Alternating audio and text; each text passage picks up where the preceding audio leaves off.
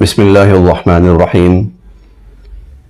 جب بچہ یا بچی پیدا ہو تو اسلام نے ہمیں کچھ ایسے اعمال بتائے ہیں جن کا کرنا اس بچے کے لیے، بچی کے لیے، ان کی زندگی کے لیے، ان کی عافیت کے لیے بہت بہتر ہے۔ 7 قسم کے اعمال ہیں کہ بچہ جب پیدا ہو یا بچی پیدا ہو تو بچی کے لیے تو 6 ہیں، بچے کے لیے 7 اعمال ایسے ہیں جن کی تلقین فرمائی ہے نبی کریم صلی اللہ علیہ وسلم نے۔ تو آئیے مختصر دیکھتے ہیں کہ وہ کون کون سے اعمال ہیں۔ نمبر 1، جب بچہ یا بچی پیدا ہو تو اس کے وجود کے ساتھ کچھ نہ کچھ علائشیں اور ناپاکیاں لگی ہوتی ہیں۔ تو پہلا عمل جو کرنے کا ہے وہ یہ ہے کہ اس بچے کو یا بچی کو غسل دیا جائے، نہلایا جائے، غسل دیا جائے، اور نہلانے اور غسل دینے کے بعد اس کو لباس وغیرہ جو بھی اس کے لیے ممکن ہو وہ پہنایا جائے اس کو۔ یہ پہلا عمل ہے۔ دوسرا عمل، بچہ جب پیدا ہوا ہے یا بچی پیدا ہوئی ہے تو دائیں کان میں آذان دی جائے، دائیں کان میں آذان، اور بائیں کان میں اقامت کہی جائے۔ دائیں میں آذان اور بائیں میں اقامت، بچہ ہو یا بچی ہو ان کے کان میں آذان اور اقامت کہی جائے تاکہ اللہ کا نام ان کے کانوں میں پہنچے، ان کے دل و دماغ تک اللہ کا نام اور اللہ کے نبی کا نام پہنچے۔ یہ 2 اعمال ہو گئے۔ غسل کے بعد، آذان اور اقامت کے بعد تیسرا عمل جو ہے اسے عربی کے اندر تحنیک کہا جاتا ہے، اور تحنیک کا مطلب ہوتا ہے گھٹی۔ بچے کو یا بچی کو گھٹی دی جائے۔ گھٹی کا مطلب یہ ہے جو زیادہ بہتر ہے۔ اگر کوئی بزرگ ہو، کوئی نیک ہو تو وہ کوئی تھوڑی سی چیز چبا کر، ہلکی سی کوئی چیز، کھجور ہے جیسے، چبا کر ہلکی سی، تو وہ اس بچے کے منہ کو لگائی جائے تاکہ کوئی بابرکت چیز سے بچے کی غذا کا آغاز ہو۔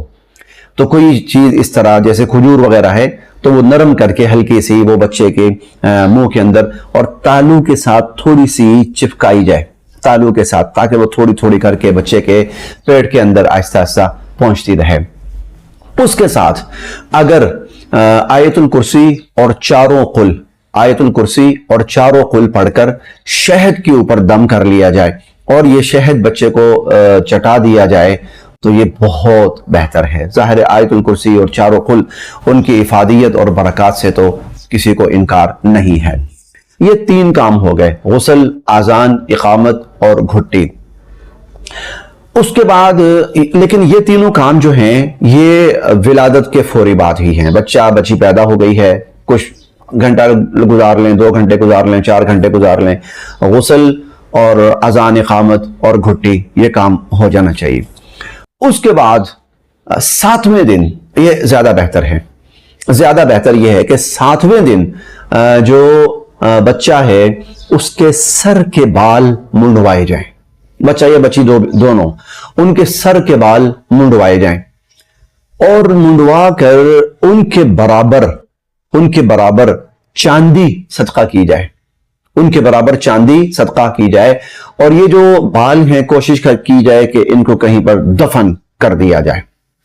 تو ایک عمل، یہ 7ویں دن کا ایک عمل کہ ان کے بال کاٹے جائیں، اور 7ویں ہی دن اگر ایسا کر لیا جائے تو زیادہ بہتر ہے کہ بچے کا عقیقہ کر لیا جائے، بچے کا بھی اور بچی کا بھی عقیقہ کر لیا جائے۔ اس میں جو زیادہ بہتر ہے، عقیقے کے اندر جو زیادہ بہتر صورت ہے وہ یہ ہے کہ لڑکے کی طرف سے 2 بکرے ہو جائیں یا 2 بکریاں ہو جائیں یا 2 بھیڑ ہو جائیں یا 2 دمبی وہ ہو جائیں، 2 ہو جائیں، زیادہ بہتر ہے۔ اور لڑکی کی طرف سے 1 بکرا یا بکری ہو جائے یا بھیڑ ہو جائے یا دمبی ہو جائے، 1 ہو جائے، یہ زیادہ بہتر ہے۔ اگر کوئی شخص بڑا جانور لیتا ہے اور اس بڑے جانور کے اندر مختلف بچوں کے عقیقے کر لیتا ہے تو یہ بھی ٹھیک ہے۔ قربانی جب ہو رہی ہے تو قربانی کے جانور کے اندر اگر عقیقے کا بھی حصہ رکھ لیا جائے، لڑکے کی طرف سے 2، لڑکی کی طرف سے 1، تو یہ بھی ٹھیک ہے، بہتر ہے، اچھا ہے کہ عقیقہ کیا جائے، کیونکہ جب ہم ایک جان اللہ کی راہ میں قربان کرتے ہیں اور خون بہاتے ہیں، اس کی برکت سے اللہ پاک اس بچے کی زندگی سے آفات، پریشانیاں اور مصائب جو ہیں ان کو دور فرماتے ہیں۔ عقیقہ 7ویں دن ہو جائے زیادہ اچھا ہے، اگر 7ویں دن نہیں ہو پایا، اس سے لیٹ ہو جاتا ہے، تب بھی کوئی حرج نہیں ہے۔ زندگی میں کسی بھی موقع پر انسان اپنا عقیقہ خود بھی کر سکتا ہے۔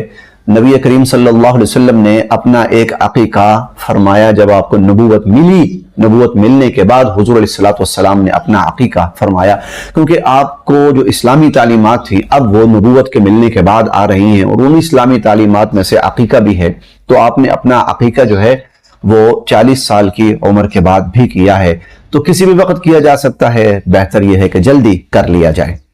یہ جو عقیقہ ہے اس کا گوشت زیادہ بہتر تو یہ ہے 3 حصوں میں ڈیوائیڈ کر لیا جائے، ایک حصہ غربا اور مساکین میں صدقہ کر دیا جائے، ایک حصہ رشتہ داروں میں تقسیم کر دیا جائے، اور ایک اپنے لیے بھی رکھا جا سکتا ہے۔ ویسے اگر سارا بھی رکھ لیا جائے تو کوئی قباحت یا اس میں حرج نہیں ہے۔ 7ویں دن کا پہلا عمل ہو چکا عقیقہ، 7ویں دن کا ایک عمل ہو چکا سر کے بال منڈوانا، یہ 2 عمل ہو چکے، اور 7ویں دن ہی اگر تیسرا بھی ایک عمل ہے وہ کر لیا جائے تو وہ ہے نام رکھنا۔ نام رکھنا، بچے اور بچی کا نام رکھنا، اور کوشش کی جائے کہ نام جو ہے اس میں اللہ رب العزت کی ذات کی نسبت یا نبی پاک صلی اللہ علیہ وسلم کے نام کی نسبت یا جو اللہ کے نیک بندے اور بندیاں گزری ہیں ان کے نام کی نسبت ہو جائے تو یہ بہت بہتر ہے۔ 6 کام ہو چکے ہیں، اور یہ 6 کے 6 کام جو ہیں لڑکوں کے لیے بھی ہیں اور لڑکیوں کے لیے بھی ہیں، دونوں کے لیے ہیں۔ ان میں سے 3 کام تو پیدائش کے فوری بعد ہیں، اور 3 کام ایسے ہیں جو 7ویں دن ہو جائیں تو زیادہ بہتر ہیں۔ ویسے ان میں تاخیر بھی ہو جائے تو گناہ نہیں ہے۔ اب ایک کام ایسا ہے کہ جو دونوں میں مشترک نہیں ہے بلکہ وہ صرف لڑکے کے ساتھ ہے، جو لڑکا ہے اس کے ساتھ ہے، اور وہ یہ ہے کہ اس کا ختنہ کرنا۔ یہ بھی اسلامی تعلیمات میں سے ایک اہم تعلیم ہے، بلکہ یہ فطری تعلیمات میں سے، تمام انبیاء علیہ السلام کی فطری اور مشترکہ تعلیمات میں سے ایک یہ عمل ہے کہ ختنہ وہ بھی ہو۔ بقیہ انبیاء علیہ السلام کا بھی ختنہ ہوتا رہا ہے۔ ختنے میں بہتر تو یہ ہے کہ اگر 7ویں دن ہو جائے تو اچھا ہے، یہ سارے کام ساتھ ہی ہو جائیں گے، عقیقہ بھی ہو گیا ہے، سر کے بال بھی منڈوا لیے گئے ہیں، نام بھی رکھا گیا ہے، اور ختنہ بھی ہو گیا ہے۔ لیکن اگر ختنہ وقتی طور پر کسی وجہ سے نہیں ہو پایا، جیسے ابھی بچے کی صحت اتنی بہتر نہیں ہے، تو ختنہ ڈیلے بھی کیا جا سکتا ہے، ہفتہ بعد، 15 دن بعد، مہینے بعد، سال بعد، 2 سال بعد۔